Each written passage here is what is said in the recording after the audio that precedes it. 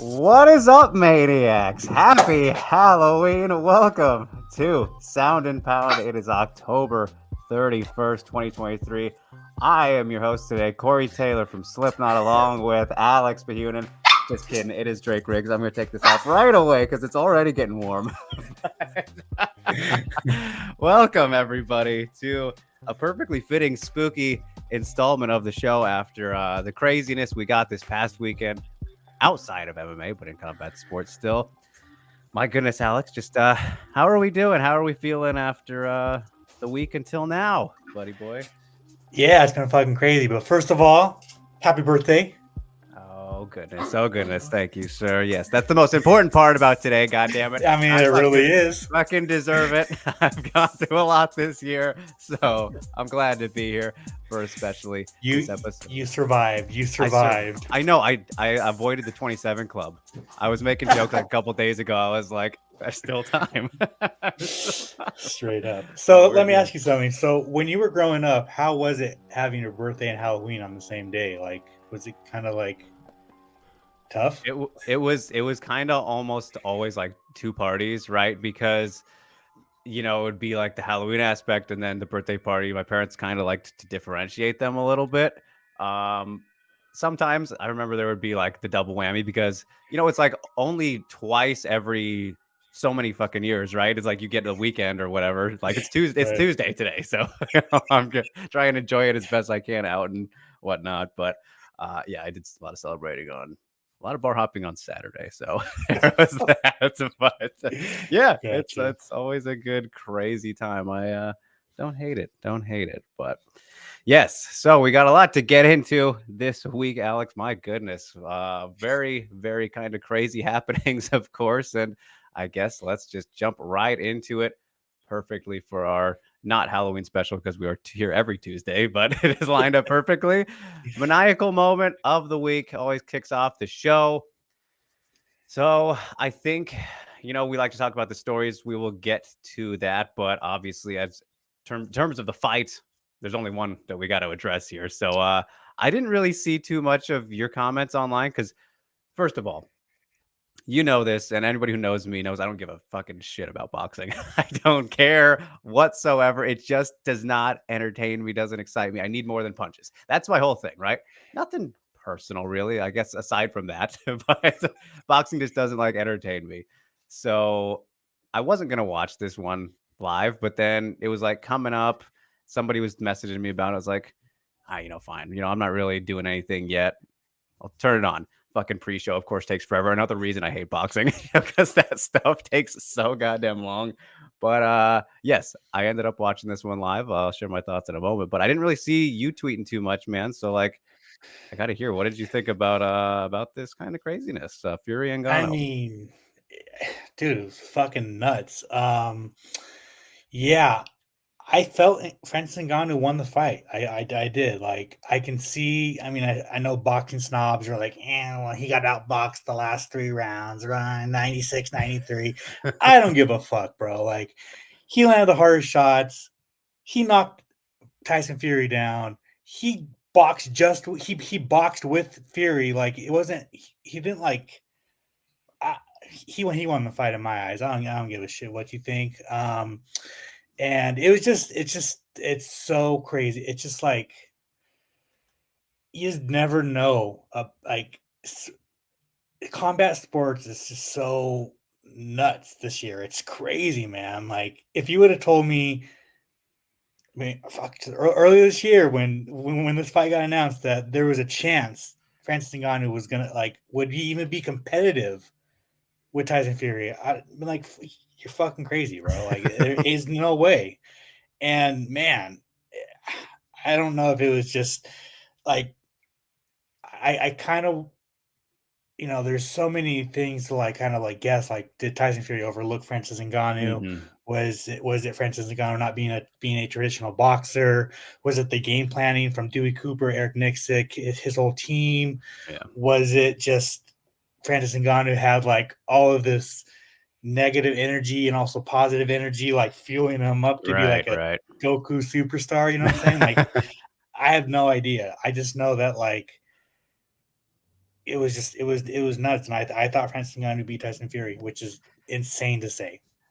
Yeah, and I think it's really important. You said something there, like no one expected it to be competitive, right? Like I said it. I think I said it last week or maybe 2 weeks ago. Whenever we mentioned kind of this fight, but like it was more interesting to me than Conor Floyd, for example, just because there was the power factor that like I'm not going to be surprised if he lands one and knocks him down, which he did. It was still crazy to see, but like, let's be fucking honest. That wasn't the most surprising thing that could have happened. Like, I saw people freaking out about some, like, that was the most likely thing that would have happened in best case scenario for Francis, right? But the competitive part that you said, the fact that he was able to, especially last down the stretch, and like, I guess you'd have to say round 3 was his best round, but round 8 he did fucking awesome in that one and was like really pouring it on. I mean, Fury's defense just went out the window in that round. Fury looked more gassed than Francis.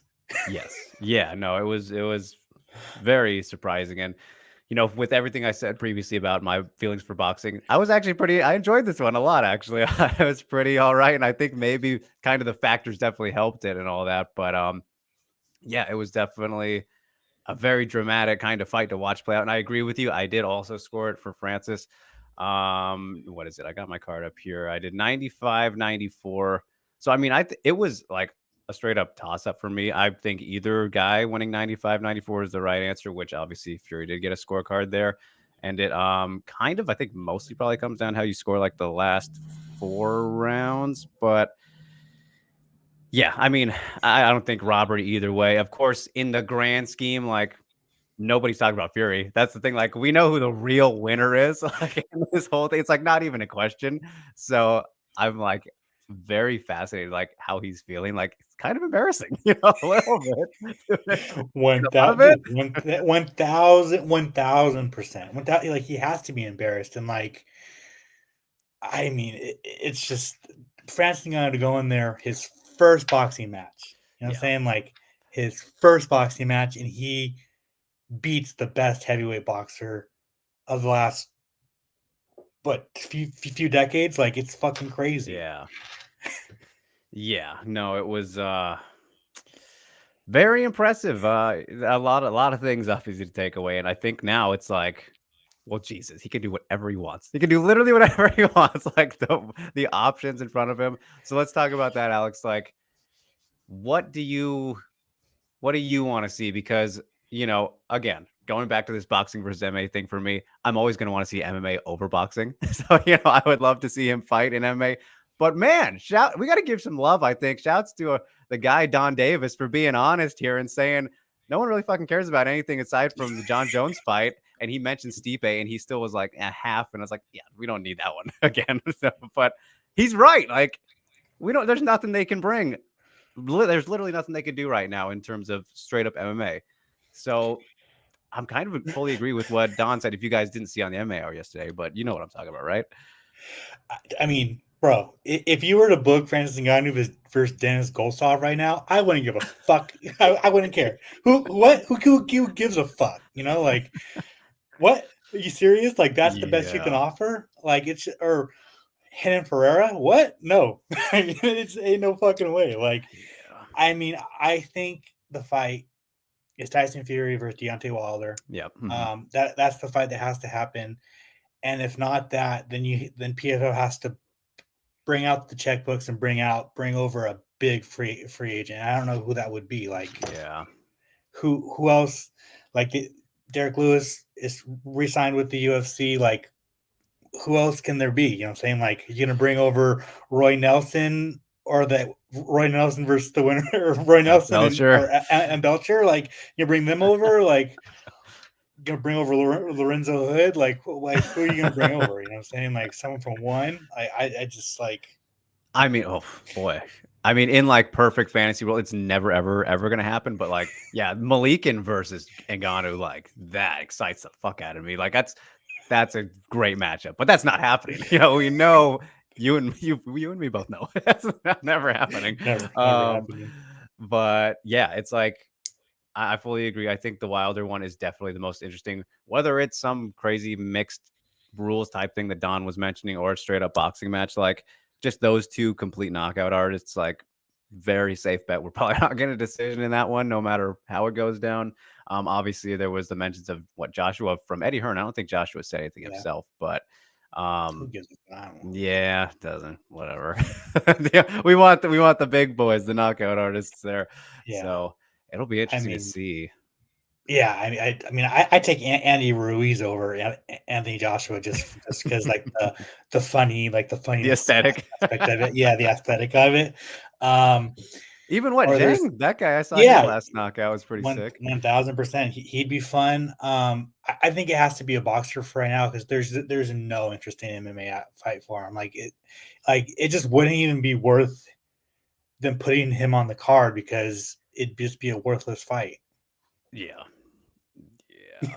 So I mean, I think if there's one thing we know for sure at this point now is that Francis is gonna end up making the right thing is gonna happen for him. Because I don't know. This is like it's the opposite of a fumble. Obviously, he's pretty good at navigating a career as we've seen. So, Dude, it's fun. just insane, and it's like it's just a heartwarming story because Oh yeah, just like he put out a really good like four-part documentary series on his YouTube channel that I'd highly recommend. oh yeah, yeah, And it just kind of like documents his journey up to UFC 270 and just the fact that he beat Cyril Gahn on one leg, right? yeah. And then he says, "Fuck you guys! Like I'm not gonna sign a contract. I'm gonna go out on my own because you're not giving me what I want." And then with everyone talking shit, me included, like everyone just like just saying like, "What are you doing, bro? Like you really gonna sign with one championship or PFL? Like what are you doing?" And then he says, "Fuck you guys too. I'm gonna wait it out, wait it out, wait it out." Gets the Tyson Fury fight, beats Tyson Fury, and now like he's the baddest man on the planet, not named John Jones. So I'm I'm gonna saying. ignore that part, but all you said though, is like that's also without mentioning the outside of fighting stuff, right? Like his whole life before fighting is a movie. One Like one there's thousand percent. still gonna be stuff made about him in the future, like guaranteed. Guaranteed. It's not even a question. Well, we just got like a George Foreman movie this year. Not that he didn't deserve one, but like look at all these examples that we can go from. Like It's it's it's it's insane, bro. It's like even if he doesn't get a full-fledged Hollywood movie, like just like an E60 would be yeah. fucking just nuts, you know? Oh yeah, totally. It's crazy. It's still that was one of the big things. Is like just wrapping my mind around what this guy is doing. It's crazy. So of course, big props and congrats to Ngannou. My goodness, clearly the story of the combat sports world right now. But And in turn, it's crazy too is like all the Dana Dick writers are pretty quiet. You know what yeah, I'm saying? Like there's not a lot going on there. I like am. there's nothing really they can say. Oh, and I cannot wait to hear what he has to say when we do get to hear it because it's like how can you really deny, especially Yeah, Dana being a boxing fan himself, like that'll there's be no fun. like yeah, there's nothing I mean, it's crazy. Yes, that will be fun to hear. But all right, Alex, in terms of the actual story, not really in cage or ring related stuff, do you have any stories? If not, we can leave that one for you. But I do have a maniacal moment out of the cage that I was going to mention, but do you have any? I mean, I was just gonna say how he's gonna be ranked as a top 10 boxer. Hmm. Dudu Cooper revealed that, which is just like on paper he lost the fight, right? Yeah. But he's gonna be a top 10 boxer, which is just insane. Yeah. Yeah. That's rankings. The rankings for you. I guess we'll leave it at that. But so there was sticking actually with the PFL theme. So you might know where I'm going with this. But in terms of the other maniacal moment I was wanting to mention was the old PFLW. And this kind of Ooh, thing yeah. that's developing slowly before our eyes and supposed to be a thing in 2024. Um, so, initially reported by Forbes via PFL representative, even though they also interviewed Peter Murray at the same time. So it's like just combining a little bit of confusion there, but straight up said that the PFLW will be a separate entity under the organization's umbrella with all women's events beginning 2024. So immediately the big quote there is separate entity, which sounds entirely like PFLW is like the WNBA of PFL, right? This is literally what it sounds like. But then clarifications come out apparently where Forbes revised this and said it won't be a separate entity. They were told, no, actually, it's not going to be a separate entity. It's going to be an initiative. So still, what the fuck does that mean?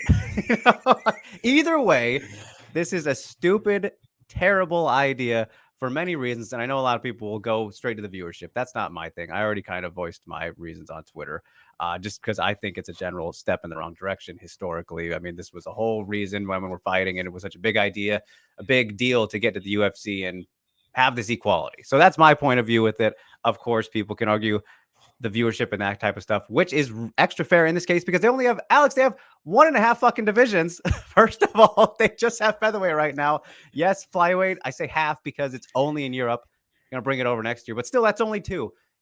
You can't sustain a smaller league or do whatever this bullshit is with only 2 divisions. I just I don't. It's and if it is this initiative thing only, then it's something trying to sound cool and different when it's not. Like this is just the dumbest idea ever. People might be upset at how I feel about it, but there is unnecessary, no matter what it actually is, right? So, you agree? How do you feel about this? Yeah, no, I totally agree. I was like just them. I just don't even understand like what they're like. What's their motive behind it? You know what I'm saying? Like they're just trying to be cool. Like, oh, we're gonna be I don't know, like we're gonna be better than you because we have a PFLW brand. You know what I'm saying? Like, Yeah. and When and that like makes it the opposite. It yeah, completely degrades. 1000%. Yeah, no, it's stupid. I 1000% agree with you on all points. Like, just So the underlying thing that really kind of was interesting to me when I didn't think about it at first, but then as I dwelled on it a little bit more is like the Saudi Arabia effect, right? Which I don't think is going to be a massive thing for them. Like, I don't know. We don't know how many shows they're going to put on there next year, but like that is a plan. And MMA is going to have to be like tweaked a little bit if women fight over there, right? Because of how Saudi Arabia is, people, which is a whole other kind of thing we won't get too far into, but that is a reality. I mean, the best example I can give you is go look at WWE events, right? Like when they go I over mean there. they started letting some They can drive women now. wrestling fight. They can It's drive like now. some women wrestlers can wrestle on Crown Jewel. Yes, well, I mean, that's the thing though, is they have to like be fully covered up and all that, which impacts fighting more importantly than professional wrestling. Right. So, and yeah, just like thinking about some of the personality to like Kayla Harrison, I feel like probably wouldn't be too fond of wanting to support that kind of thing. Just my hunch. Maybe I'm wrong. Money always speaks, but that is an interesting potential wrinkle to why they would do something like that and be like, all right, well, if we can't bring them over there, they'll have their own thing. So I don't know. Right. Point is, it's fucking dumb. I don't think there's any debate about that. And Alex, I won't be fucking surprised if we talk about this right now and then by next year, we never even hear about it again. Because that kind of thing happens a lot with these kind of stupid ideas in MMA. Yeah, Like, oh, they what kind of like just happened? throw it out there. They like throw it out there just to see what Feelers, people say, yeah. and they're like, "Oh yeah, that was a bad idea." Yeah, exactly. So, all right. Well, we can wrap it up there for the maniacal moment. A lot of time spent at the maniacal moment because just so much mania out there. So, all right, let's move along to our underrated moments of the week, though, because there's some still to highlight. And I know you gave me a little teaser of yours, and you did do an article about it, Alex. So now we get the video version. So kick us off here with your underrated moment of the week. Yeah, Which just I really enjoy. Because there's a lot of yeah, complaining about this too. yeah. So just EA UFC 5 came out. I gave it a C. I recommended you don't buy it. I think you should wait till Black Friday to buy it. It's UFC 4 with better graphics and some damage. Like, so it's just like the big thing is the roster, bro. Like, how are you gonna put It's insane. But how are you going to wait 3 years? 3 years in between games and not have half the top 15 not in the game, bro? Like Well, Ian I Garry, saw there's like Jeff Neal, 60 fighters from 60 ranked fighters that aren't in. I think I saw 1000%. Yes. And they have Jussier Formiga, Mickey Gall, fucking Rustam Kalibov. Like, bro, they have Johnny fighters that Eduardo have, still in the yeah, game. fighters that haven't been in the UFC for multiple years. And you don't have Jeff Neal or Ian Garry or fucking Drew Dober. Like, what? What are you talking? It's just like, it's insane. And then they come It's so out. EA. It's so fucking EA. What's so stupid, right? Like when in Madden, there's there's characters for every single football player. Like, and the thing about fighting, like the UFC, like you don't have to give these fighters personalities. You know what I'm saying? Like they don't have to have like every fighter doesn't have to have their first like have their own walkout or their own Right. like taunt or anything. Like just and I've talked to a lot of fighters like Adrian Yanez and Jack Shore. Like they've already been scanned. Like the EA already has the character Oh models. They just wow. refuse to put them in. And then after everyone was bitching about it, then EA comes out and says, "All right, yeah, we're gonna drop 3 fighters a month." Like, oh, dude, I tweeted that and I was like, that's the most fucking EA update of all time. Like, give me that's like more insulting. Like, Like, they are oh, just a th- joke, dude. 3 fighters a month. Oh, woohoo, bro! Like, by the time those 3 months come around, half the fighters are going to be out of the top 15 and new fighters are going to be in the top 15. Like, bro, like, what are you fucking doing? Like, it's just so stupid. And then, and it just shows how Dana doesn't know about video games because he thinks that like you have to replace fighters to put one in. Like, Yeah, that was it's not how funny. it works. It's not how it works. Like, yeah. So yeah, so that's just this whole EA 5 debacle is going to be.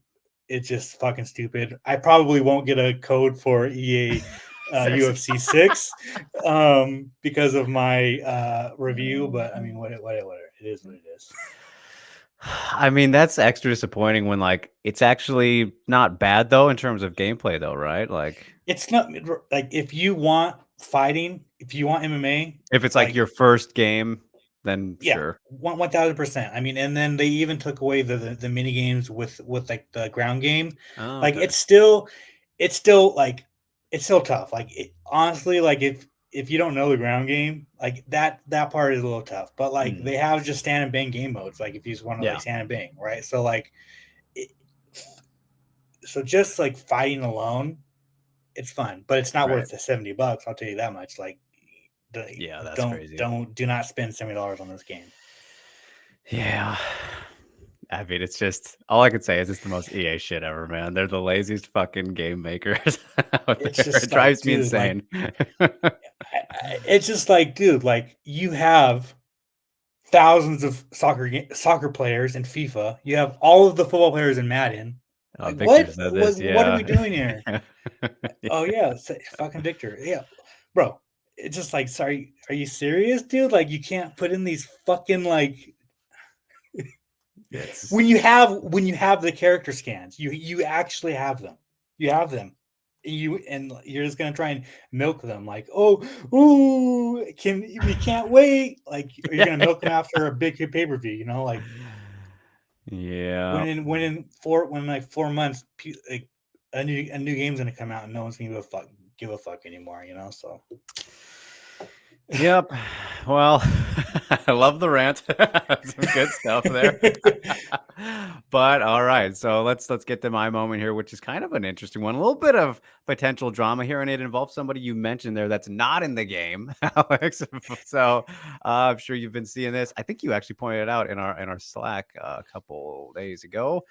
But the underrated moment I wanted to speak about was this removal of Ian Garry from Leon Edwards' gym, right? So this is kind of an interesting thing going on right here, and I wanted to do screen share because something came out today. Of course, we have the scoop over on MMania.com. Go check it out if you want to read more. But so Leon Edwards' camp, what Team Renegade here, shooting down claims of UFC gym, UFC champs insecurities. Well, what did they say? They said sometimes the coaches allow fighters to come in from the outside, but this is much, very much a privilege and not the norm. Team Renegade wrote in a statement to the Independent, if the coaches feel it's not adding to the gym's culture, a fighter is refused entrance. Ian Garry's more nomadic approach to preparation has given him great results, but it's not in line with what we are creating at Team Renegade. This has nothing to do with one specific fighter or a specific coach. So I wanted to kind of highlight this is the most recent kind of update about this interesting development. But Alex, do we believe them? That's kind of the question I have here is, No. I mean, yeah, are they? This is a very interesting thing to me because it really just looks like, oh, we're worried about Ian Garry potentially, like how do we read it?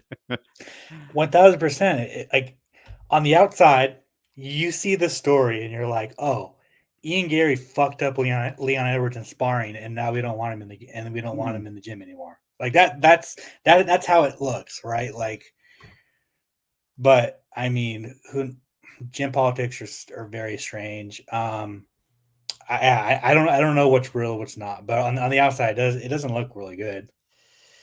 Yeah, especially when like it's a bigger thing, I think, from the Leon side of stuff, because like it kind of mentioned right there, Garry also trains at Kill Cliff, right? So he's not like losing his primary gym here, right? That's where Leon is always at, right? So it looks a little bit more sus, I guess, from Edwards' spot. But I mean, but them even complaining about him being a nomad. Like, yeah, he went to Charles Oliveira's gym. He went to shoot the box. Like, he's going to each gym to get some work. Like, that's what cross training is. yeah, Like, yeah. what are you fucking talking about here? Like, what?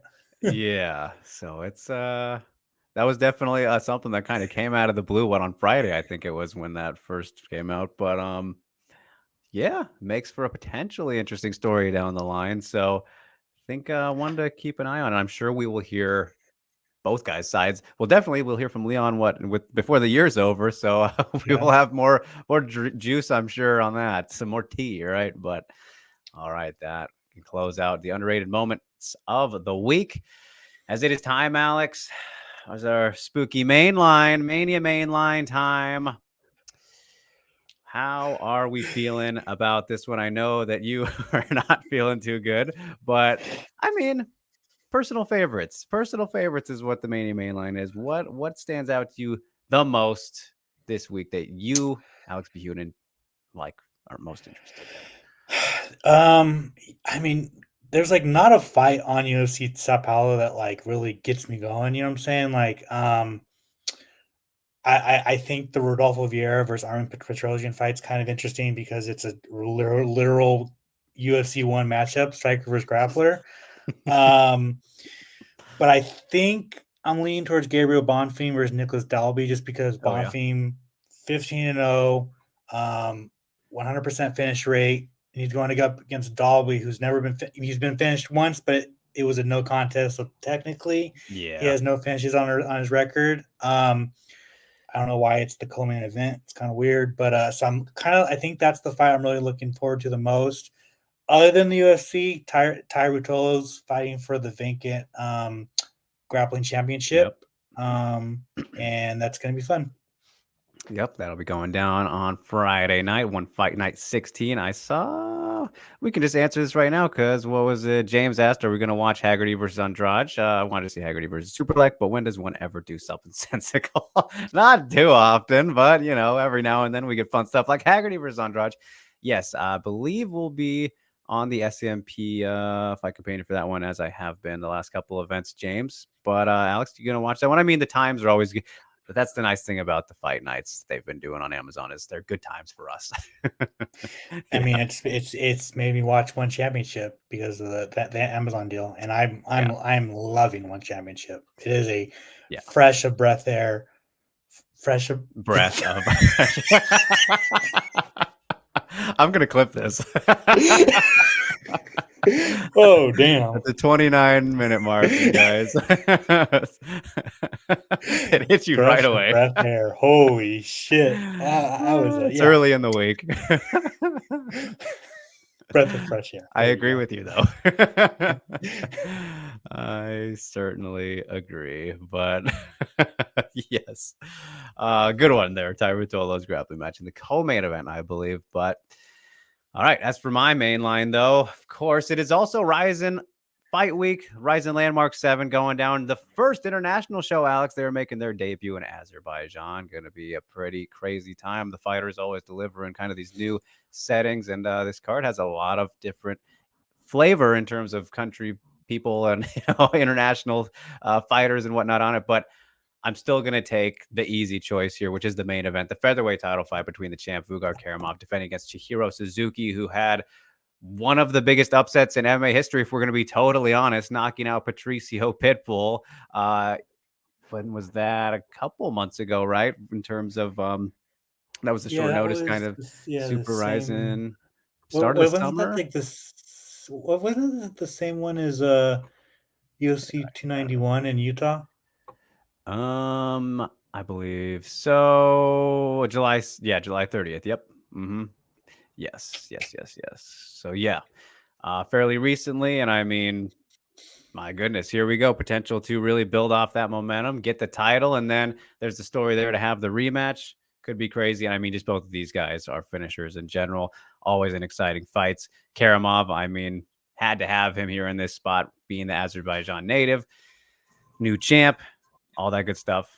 Very much looking forward to that one. It's going to be one of the best fights of the week as far as I'm concerned. So that is my pretty easy main line, especially if you know me. But Alex, we also, of course, do our predictions for the UFC main event during the main line. Derek Lewis versus Jailton Almeida. We're upset that we're not getting Almeida tested as properly as he should be against Curtis Blades, as we touched on our debut episode. But what is the official pick? Is he still going to just do what he does? Will Derek Lewis just get up? I mean,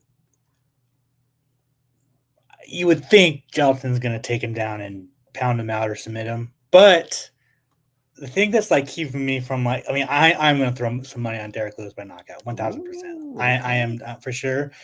The thing is like Jailton Almeida is not a big heavyweight yet. You know what I'm saying? Like he hasn't put on mass. And I asked him last time I saw him at the Apex, like, are you going to put on weight? He said no. He's going to stay between 230, 240. Derek Lewis is a big heavyweight, and so leaned out a little bit last time though. Looked great. But he's still big. Like he's still a heavyweight. You know what I'm saying? Like Jailton's I mean is a light heavyweight not wanting to cut weight. You know what I'm saying? So like so the thing is like, you know, Spivak was easy. It was really easy for Spivak to get Derek Lewis down. But like Spivak's is a bigger heavyweight, right? So like my thing is how is he going to look, Jailton, getting Derek Lewis down, right? Is he going to shoot within the first 15 seconds? Is he going to stand there and like kind of tire him out, play games? Like, is Jailton going to get him down? Derek going to get back up and then gas out? Like, that's the whole thing I'm looking forward. So I'm going to pick Jailton, but I'm sprinkling some money on Derek Lewis by knockout. Yeah, I mean, I pretty much fully agree with you there, because it's like Derek Lewis he's still like a wild card to an extent, like especially with that last one. Is like, I still can't believe he did that. But Victor, I think this is a good question. He says if it's ground and pound or submitting Lewis, which like I could totally see either. Right, like he's only been submitted once in his career, or twice. He's only been submitted twice. Lewis by DC, and then who was the other one? It was a while ago, out of UFC. Spivak. Oh, right. Jeez, totally forgot about that. But I mean, if anybody is going to do it, then like Jailton in theory should not have much trouble. But either way, I think a ground finish is the thing too. Is like Alexei Oleinik was a lot older than Jailton, but like he got Derek down a few times and put him in some good submissions, but Derek got up, right? And like Derek Lewis was I think he said before the Spivak fight he had fainted and hit his head. Like there was some stuff going on at the end of that thing. So like, you know, the thing too also is this is on short notice, so who knows what kind of shape he's in. Right. But who cares? That's a good factor. I think if anything, it's probably going to be Almeida. Probably I'm gonna say maybe by TKO. Yeah, I think I might see that a little bit more just because Derek. We've seen him ball up a little bit like that, and it just, Yeah. like you said, only twice has he been submitted. And what Spivak was also a rear naked choke, right? Like that just been wiped from my memory, I Arm guess. arm triangle. We were Oh, at that's Bellator right. that Oh, we were that's at why. Bellator that night. Oh, Yeah. okay, okay. Yes, that makes sense. But yeah, Almeida should get the win, definitely. But it's just like, still, we'll see how much it can tell us. That's kind of the big thing about this one, which unfortunately, we're a little bit afraid it might not tell us as much as it could have. So Yeah, sucks. we will see about that. But all right, now it is time. Giddy up, yeehaw, for the matchup roundup. We got some good ones that were delivered over the past week, you guys. And this is perfect, actually, because we haven't. This is actually fucking insane, Alex. Now that I think about, we're getting to the matchup roundup right now, and we didn't even mention. This is how ridiculous things have been. Is that we didn't even mention what happened to UFC 295 until right now. So let's get into that fucking insanity. As you mentioned, your boy earlier, John Jones, is out for an extended period of time. We have the interim title coming up at heavyweight, which means, sorry, Stipe, you have been kicked to the curb, sir. Sergey Pavlovich and Tom Aspinall are in UFC 295, November 11th. Next weekend, how do we rate this one? What are the thoughts on the madness? I know you're sad, but like, we haven't even mentioned this yet. Crazy. Yeah, yeah, it's insane. The matchup itself, 10 out of 10. I fucking love this fight so much. Oh, yeah. But I want to know, like, looking at UFC 295, it's the 30th anniversary card. Yep. It's a fantastic card for hardcore fans. Yes. But I mean, to a casual fan, how are you going to See. sell this fight for $70? And also, how expensive those fucking tickets are? Like, bro, like, Oh, yeah. I mean, look at that. Look at the card top to bottom. Like, we look at hardcore fans. We love Diego Lopez. We love Yep. Matt Favola versus Benoit Saint Denis. Mm-hmm. But bro, for a 30th anniversary card and a pay per view, it is like the UFC is really, really relying on their name. Yeah.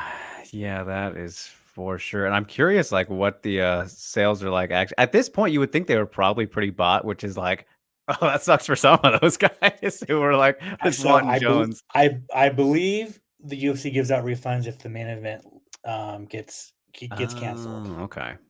So Mm, I believe that's what happens. Um, I mean, the main event, co-main event are all awesome yes. fights. Yes. They're totally worth, like, it's gonna be awesome. But like just the rest of the cards, like for hardcore fans, it's a fantastic card. But for casual Hmm. fans, like who the fuck is who what is this? Yeah. Yeah. It is a little tough. I think like really though, the just the Madison Square Garden effect, I think will blind a lot of people, be like, oh, it's gotta be good. Like in terms of the casuals, if they know that, right? Like they should really sell that point, drive it on home at this at this juncture if they can. But yeah, no, I fully agree with you. Pavlovich versus Aspinall, 10 out of 10. And I still, you know, I don't like to give up my 10 out of 10s too handily. And also with short notice, I still think it doesn't fucking matter that much. Like we knocked Islam and Volk for being short notice. I think more understandable just because of kind of maybe division, just kind of Right. that they're champs. You want to maximize that. With this one, I don't know. I feel like stylistically too, it shouldn't affect them too much, right? Like they're both incredible finishers in very different ways for the most part. Fight's not going 5 rounds. Not going 5 rounds. Also, they were scheduled to fight each other like 3 Yes. years ago, and I think both of them had it in the back of their mind, like, John and Stipe are gonna retire, and we're gonna fight in January for the vacant title. Like, I think they knew, like, they knew they were gonna fight, so they were planning for each other. So, it's like not just like a random ass kind of like thrown That's together true. fight, you know? Yeah.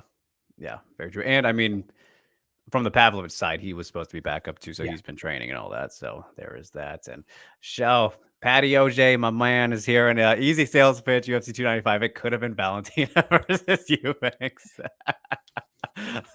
uh, throwback to UFC 230. I'll never forget that, which I got into a lot of fights with people because I was defending that. As I would. Oh, man. All right. But yes, that is a fantastic fight. Looking forward to that one. But also, Alex, on UFC 295, we did get another shakeup as old Steven Erceg, one of the highlights, underdog prospects bursting onto the scene this year, right? He is going to be fighting again as he also takes on, another newcomer, Alessandro Costa from Lobo Gym. We all know about him if you've been following Alexa Grasso's journey, and Irene Aldana and Diego Lopez as well. So that's cool that him and Lopez fighting on the same card now. But UFC 295, November 11th as well. What do we rate this one? I'm excited to see Steve Erceg back and against Costa. Like, this is a pretty good 7 for me. Maybe 7.5, 8. I like it.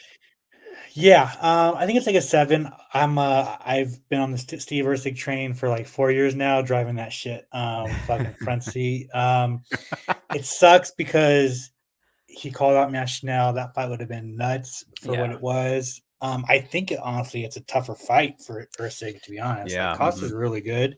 So I think just for that alone, I'm going to dock it. But I think it's like a 7 out of 10. Fuck it. All right, there we go. And of course, we, as always, have to remind everybody we have all MMA fights on here. So Alex is going to be a casual with some of these, which is probably the case here, because over in Shuto, Volume 7, 2023, 2 weeks from now, the strawweight pioneer herself, Emi Fujino, is coming for that women's record of most fights ever had by a fighter. I think this one is 44. I know I tweeted out. She's getting the record right now, 45. Satoko Shinachi is going to break it with her next fights next week with 46. All these numbers floating around going for history. What Emi Fujino is taking on Megumi Sugimoto, which is good to see actually someone with a little bit more experience. She's been fighting in some kind of bullshit matchups the last couple fights, but they count on the record, so she's still racking up the experience and going late into her 40s now, or early 40s. But I always like Emi Fujino, and so for her and doing her thing, she gets a 6 for me.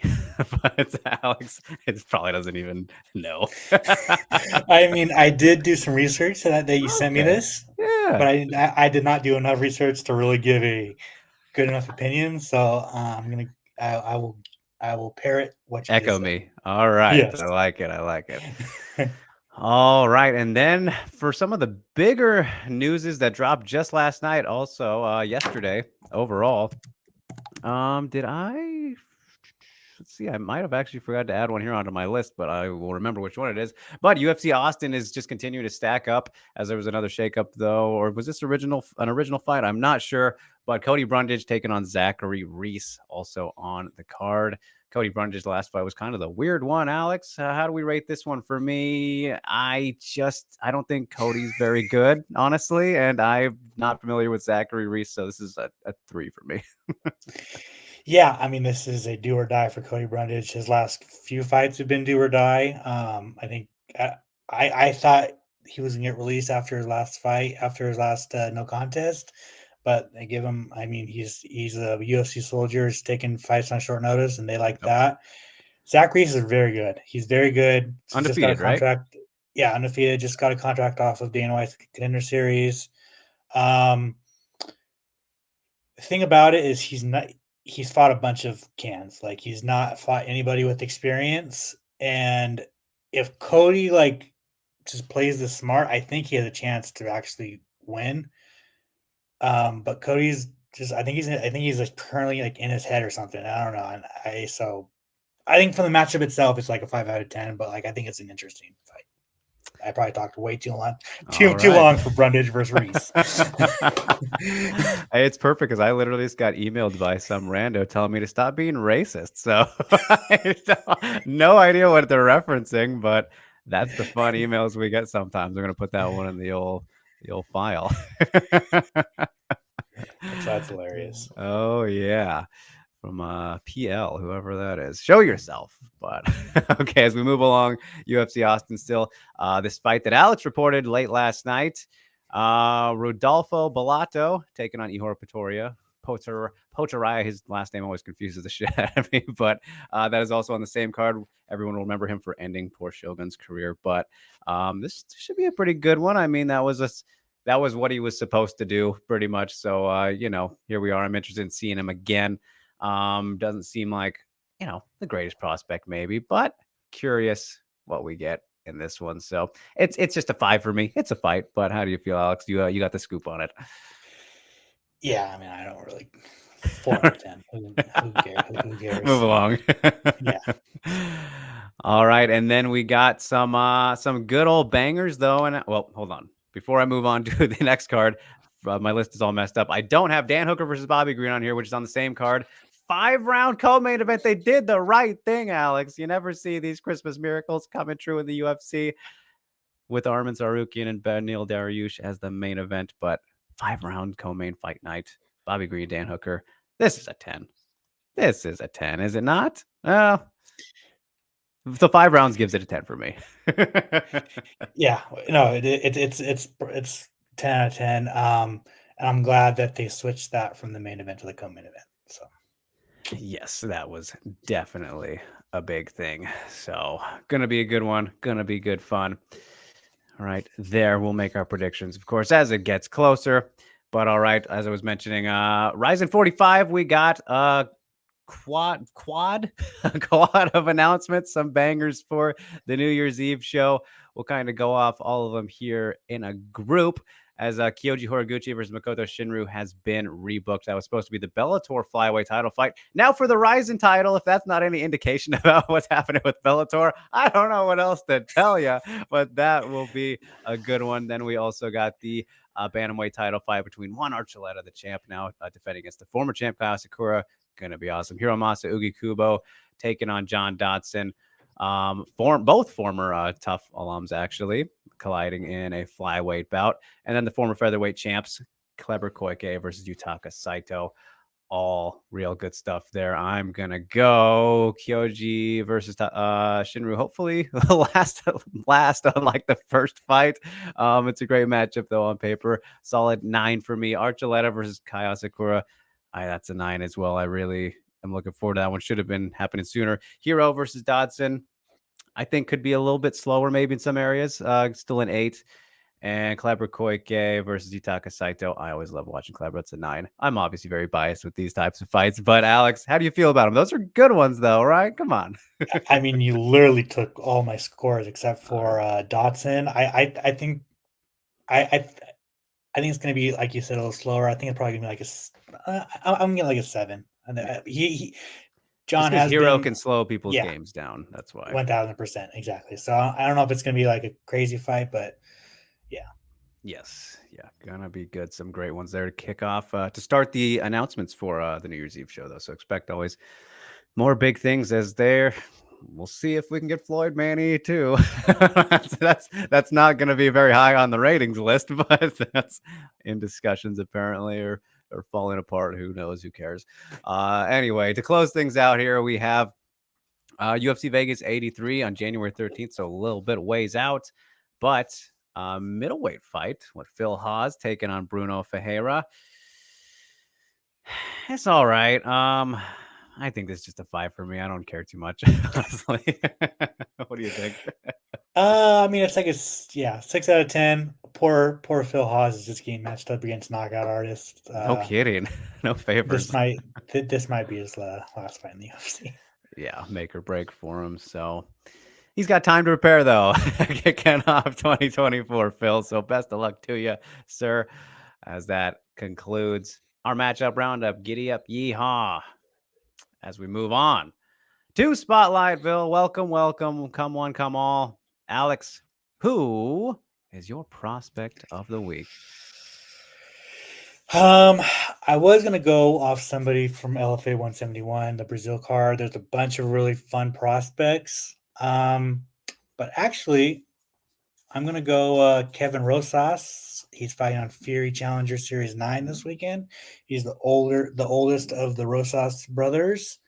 And he's looking for his first win. His first fight, he was winning and then just gassed out. I think he took the fight on 3 days' notice, and his opponent was missed weight and like the fight was up a weight class, so he was just kind of out of his element. He's got rebooked against his.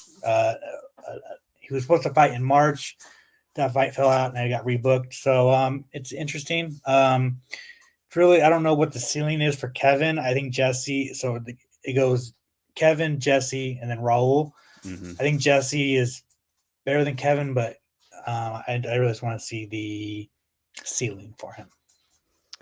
All right, there we go. Yeah, the Rosas Bros. That'll be interesting to see. And for me, I'm going back to Japan for my pick, as we are gonna stick with RIZIN Landmark 7. Anastasia Svetkivska is gonna be back in action, as you guys know. I'll give you the ladies' pick in this segment of the show. But Svetkivska still very young, just 25, 2-2 in MMA, and had maybe the toughest possible first two fights in her RIZIN career that anybody possibly could have, as she took on Reina Kubota in the tournament. I believe that was the opening round. And then after that, despite losing, a very competitive fight, she did very well in that one, which has kind of opened a lot of eyes, mine included, to kind of her, like, where she is for this spot in her career. To do as well as she did against Reina was very impressive. And then unfortunately she was handed off to the champ, the best atomweight in the world, one of the best fighters in the world, Sekizawa, who took the arm on home in round 2. And I mean, she even defended pretty well in the first round, but of course there are levels to this game, as I saw what Slappy right there making his appearance. But yeah, Anastasia Svetkivska here against Farida Abdueva, she's getting somebody more around where she should be fighting at this stage. So I expect her to do pretty well. Will be fun to see. Of course, she had all that IMMAF amateur experience, if any of you guys are familiar with that promotion / organization, whatever you want to call them, over in Europe. Svetkivska, definitely a great Ukrainian prospect to look out for. So that is mine. But all right, now we get to our favorite part of the show, the Drelex Movie Club, coming in hot. Good times.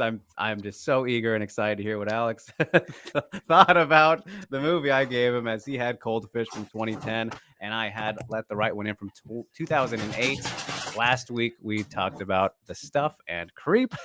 So now this week we get our reviews in before we hand off the picks. Alex, I want to start with you here. What did you think of my choice? Better than last week?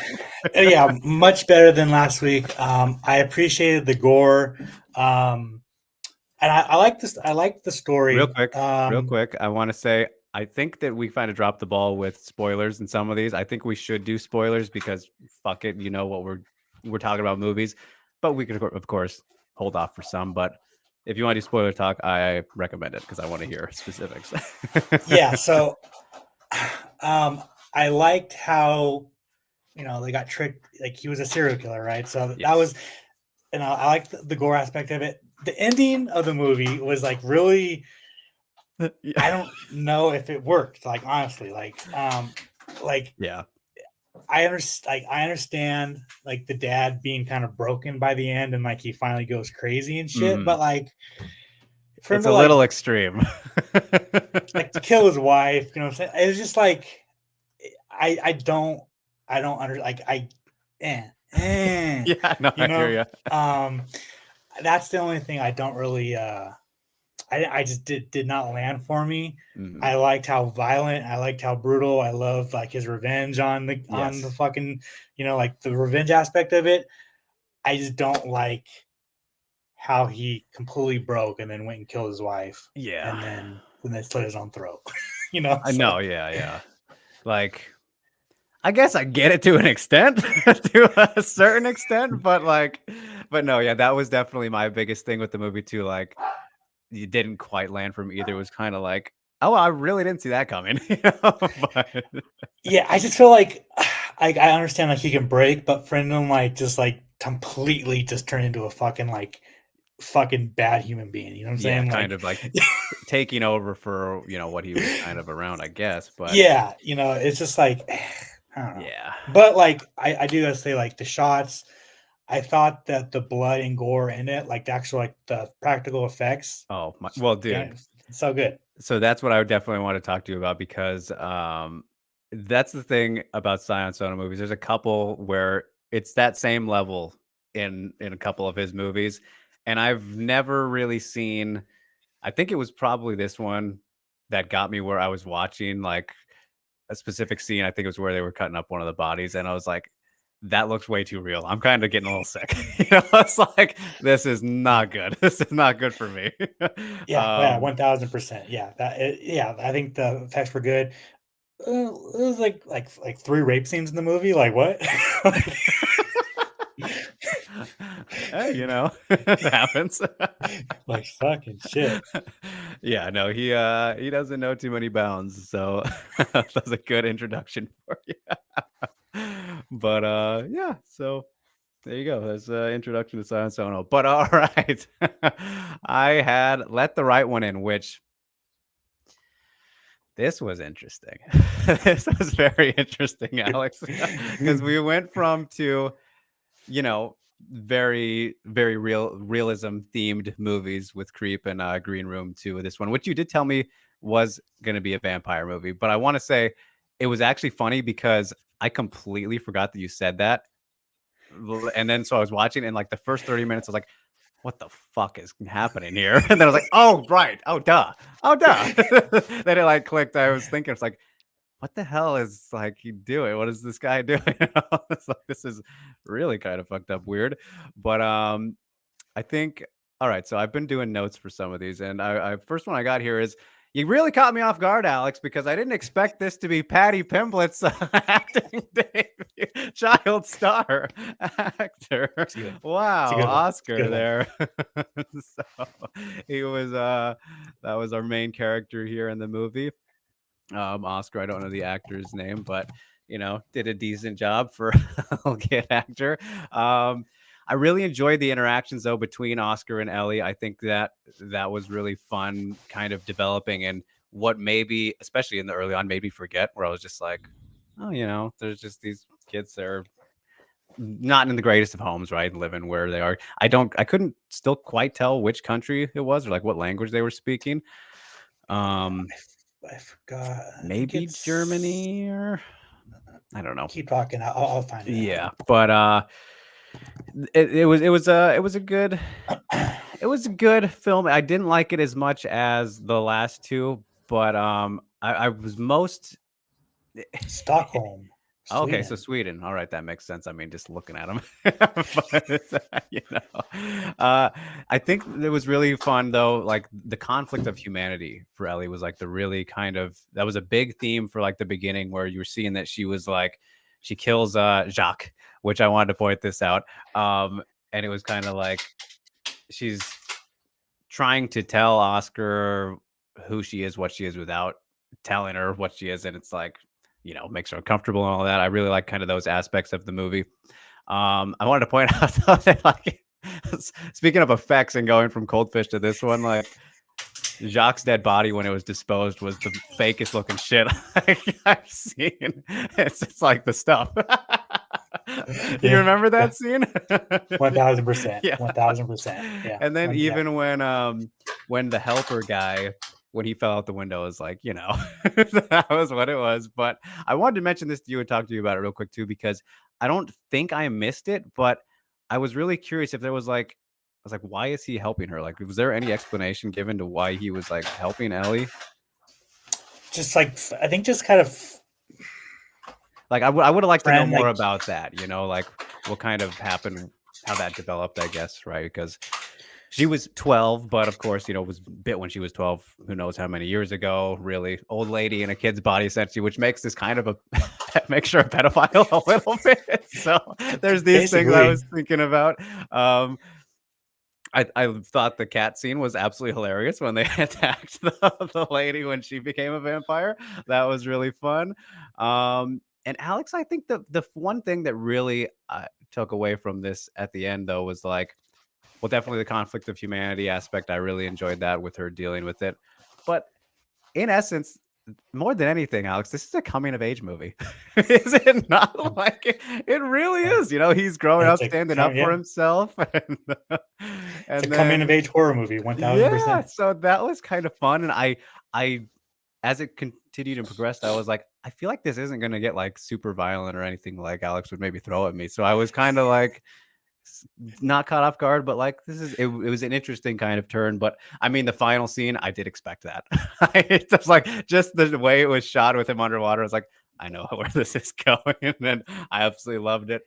And then the actual end scene was pretty good too. So it was very different. In a What lot would of you rate ways. it? Like out of 5, or actually out of 10? Out of 10, you got to do out of 10. I think a pretty solid 7. Yeah, like I said, I liked Creep and Green Room more, but this one, it was unique for having all those kind of vampire tropes still. Like, I'd love in hindsight, the title's awesome, and there's the part where he does like, oh, what's gonna happen if you're gonna come inside if I don't let you in or whatever, and she just like starts fucking bleeding out her body. I'm like, oh, this is great. Yeah. I love how they played into all those things. The light, all that. It was typical vintage, all you hear about vampire stuff, and then with all these different humanity elements. So yeah, it was enjoyable. It was an interesting watch for sure. Yeah. And Victor Sweden we got. So definitely check that out. As Alvin liked it as well. Says the cinematography was beautiful and its quiet approach to music made it very. That is something I wanted to highlight too. Yeah, the I always love movies that really don't require much music. Like you look at, obviously, I think the best fucking example of exactly what Alvin is saying is No Country for Old Men.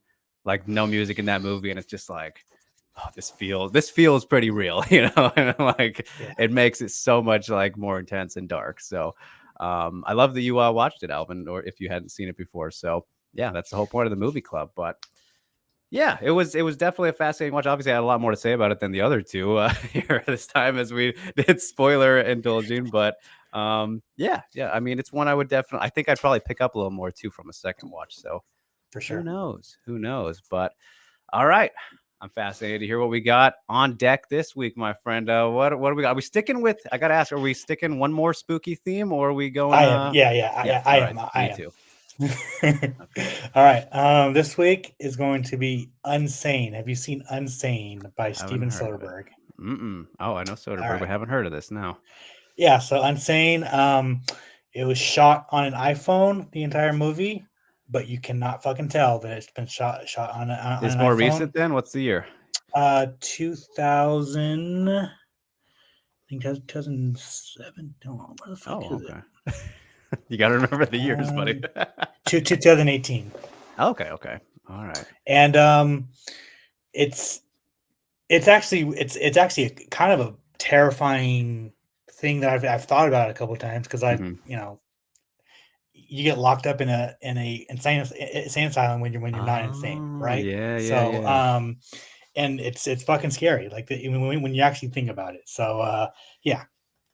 Enjoy. Okay. All right. Looking forward to it. Yeah, Soderbergh's got some good ones, but all right. So I guess mine aren't a little bit.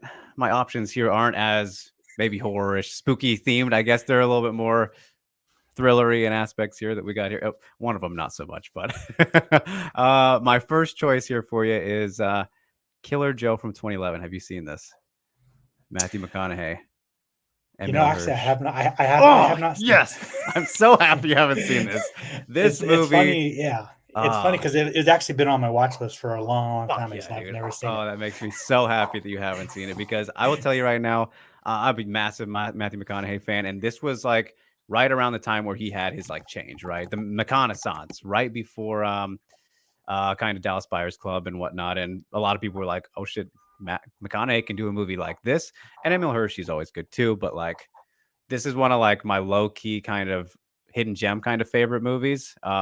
Great actors in it too. Thomas Hayden Church is in it. Gina Gershon, Juno Temple. She's fantastic in the movie as well. But there's a lot with this one. So I'm so happy you haven't seen it. It is so fun. It's very fucking. It's Killer Joe, baby. So that's great. That makes me so excited. So look forward to that one. But all right, that will wrap up the movie club for the week, you guys, here on this Halloween special. as well. We didn't do any Halloween movies, which is funny. I've seen the original, and probably all I should see, right? Leave it at that. I haven't heard too great things about any other ones. So, I mean, before we close out with go to the Q&A, Alex, like, how do you feel about the Halloween franchise? Is that when you're I think the mid? original I think the original movie is one of the best horror movies of all time. It's just so iconic.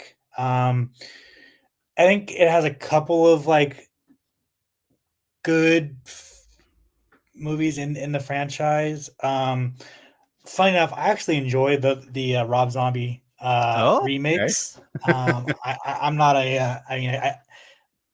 but I am also a Rob Zombie fanboy of all of his movies, so I could be a little biased. And I thought that the newer remakes, I thought the first one was really good. Thought the second one was like it was okay because how violent it was, and then I think the third one, the finale was one of the worst pieces of shit I've ever seen in my life. That's a bummer. Like, bro, like you're gonna kill Michael Myers and have somebody else be the fucking main villain. Like, ugh. That's what happens. Wow. That's what happens, bro. Yeah, you Yeah, can't do that. garbage. I mean, that's like the definition of trying way too hard. Like Yeah. for just in the wrong way. But So, but if you were to pick Jason Voorhees, Michael Myers, Freddy Krueger, or Leatherface, scariest which or one is favorite? favorite? Well, I mean, they're all not like good people, but I think favorite and scariest would probably be Freddy, just because he's a little funnier, maybe. But and that whole the concept of like not being able to sleep because of that fucking scares the shit Terrifying. out of me. Yeah, no, So, 1,000%. yeah, that's probably mine. But all right, let's get to the end of the show Q&A now. Wrap things up here on this Halloween birthday special. Starting things off here with Victor from earlier in the show, as he's saying, pure boxing fight. How many boxers do you having winning over Ngannou now? That is a fantastic question, Alex. What do we think? How many boxers do you have winning over? Like, how many boxers are going to beat Ngannou? You would think not a lot. Just going off, you go right to the top of the mountain. You beat the top of the mountain, right? Like, of course, styles make fights, all that shit, but I mean, it shouldn't be that many. Yeah, 1,000%. I mean, the big thing is his age, 37, but like Right. at heavyweight, like heavyweight boxers can fight for a long time, right? So, Yeah. I mean, Zhang's like 40, just for an example there. yeah. So, I mean, Klitschko fought to his 40s as well. yeah. I mean, it's tough to say any because of he beat Tyson Fury, but like I think that Deontay Wilder obviously has it. I mean, he's like whoever lands first, right? And then like Anthony Joshua, he's way more technical and he can make the fight boring, right? And make it like slow and technical. So like, those are two right off the top of my dome. Yeah. I think if we were to put like a cap number, I think probably about 2. And I mean, I don't know too much about Zhang from C. I just saw like the highlight of his last fight, but he's got that power. He's got a chance to. So maybe 2 or 3, I think, is probably a good number there. All right, Ghost asking, but is UFC 5 bigger than the Power Slap game on mobile? The real question here. Apparently not. Apparently not. Power Slap actually, it's kind Power of Slap funny. Mobile is the biggest. We can objectively say that's actually the case, just for multiple reasons. But yeah. And then Ghost also asking, what would your dream card be? Mine would be all the belts being defended except for the heavyweight, women's flyweight, women's bantamweight. So, I mean, in the context of kind of what he's saying here, let's just go with by division, I guess, because I mean, honestly, like mine would be similar. If you could, in theory, defend like every title on an event, then fuck yeah, that'd be cool. Like I remember in like, I want to say Undisputed 3, right? Like the best UFC game, UFC Undisputed 3, the best UFC game. If we're gonna be honest, when they had like the event mode and whatnot, and you could make that stuff. I would like play it out kind of realistically, like my own franchise MMA kind of game. And then let's say for every 100 event, so like let's say UFC 300, I would like to do the main card as 5 title fights. So, just whatever the biggest ones were that worked out for timing, that was like always the dream card for me. And then like, of course, massive stacked undercards. But in like a perfect world, sure, do every single belt, 13 title fights. But I don't know. I guess how do you fall on that kind of question? So basically, you're doing the PFL finals. Yeah, pretty much. Yeah, no, that's a great point. Yeah, exactly. I mean, that would be a very big dream card. I mean, I can come back next week and actually have a fucking dream card all booked out for you. But I mean, I think another like really fun like a fun card to do is like have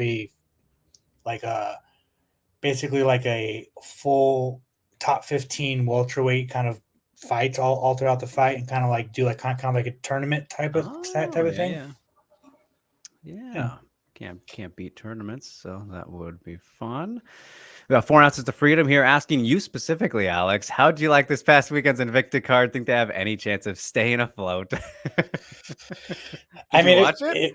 I did watch it. Okay. I did watch it. I mean, I try and watch them. You know what I'm saying? Like the last few have been fucking god awful. But I mean, there was finishes, and when you have finishes on an Invicta card, it gets a 2 thumbs up for me. And I mean, if they have a chance, they have to get back on. They've been hanging on. They got to get on UFC Fight Pass, or they got to do something. Like, I know. I'm very curious, like what the future will look like, and just kind of, I guess, how this card will have done. New market, Boston, all that stuff. Like, seemed pretty good. Like, it's filled out all that, but it's really hard to tell. Do you think Danny McCormick is UFC caliber? I think considering some of the people in UFC, yes. Yes. Yeah, I think going off that metric, probably. Shit, yeah, I mean, if we're going to be realistic, like, she's probably one more title defense away, really, right? Like, she just finished Watchstick, but that was the first time that had happened, who, like you said, the only person from last season not get signed. Like, yeah, if we're going to do that MMA math, like, she could be in next, we'll see. Right. But if she keeps winning, then she's 100% going to make it no matter what. So good question. But did we do accents, James? He says, an accent. Dan Tom does a good Irish accent when he says, we're not here to be Irish, we're here to be Brazilian. Can any of you do an Irish accent? I'd like to think I can, but I don't know if I want to do it right now. I'm not drunk enough for that, James. I've heard Alex's accent before. I've heard it. No, he's too shy, though. I just got called racist in an email, James. I might. I can do Australian kind of, but Irish, it's kind of tough. Oh, boy. James also asking, can we bring back the term or introduce it to Alex, manipulative BS? Yeah, of course. I mean, I think it's pretty self-explanatory, James. And he mentioned that around the time we're talking about Emi Fujino, because she's been getting a lot of those kind of the last couple of years. Outside of RIZIN, Shuto feeds through a lot of bullshit matchups sometimes. But yes. And Go says, do you guys hope Beneil loses against Arman? We have a meme on the Protect Your Neck podcast. We're here. Where we say we want Beneil to lose because he says something annoying post-fight. No, I don't feel that way, even though I generally don't like his post-fights for sure. Like his post-fights are pretty cringe. I can't lie. I mean, dude, that fight is fantastic. It really is. And I think a lot of people are going to go in not as high on Arman because he got rocked his last fight, right? But and it's interesting because I think obviously Beneil has much better jiu-jitsu than Arman, but Arman has the better top pressure. I think Beneil has the better striking, right? So yeah, it's a very fascinating fight, and I'm glad that it's the main event because there's so much stakes to it. Yeah, no, and I think somebody might have said this on your tweet, but it's like it would have been ridiculously fucked up for the lower ranked lightweight fight to be above them, and I'm assuming they realized that and they're like, all right, well, let's do both 5 rounds because you couldn't do it that way. So yeah, I don't really have a preference in that one. It's just gonna be good. So All right, then. Coach Greg asking, are we hoping that Zhang Weili's next opponent does a better job preparing for her? I mean, we hope everybody generally does. As far as Lemos did a poor job preparing for Zhang, which was really disappointing. Like, they didn't care about winning.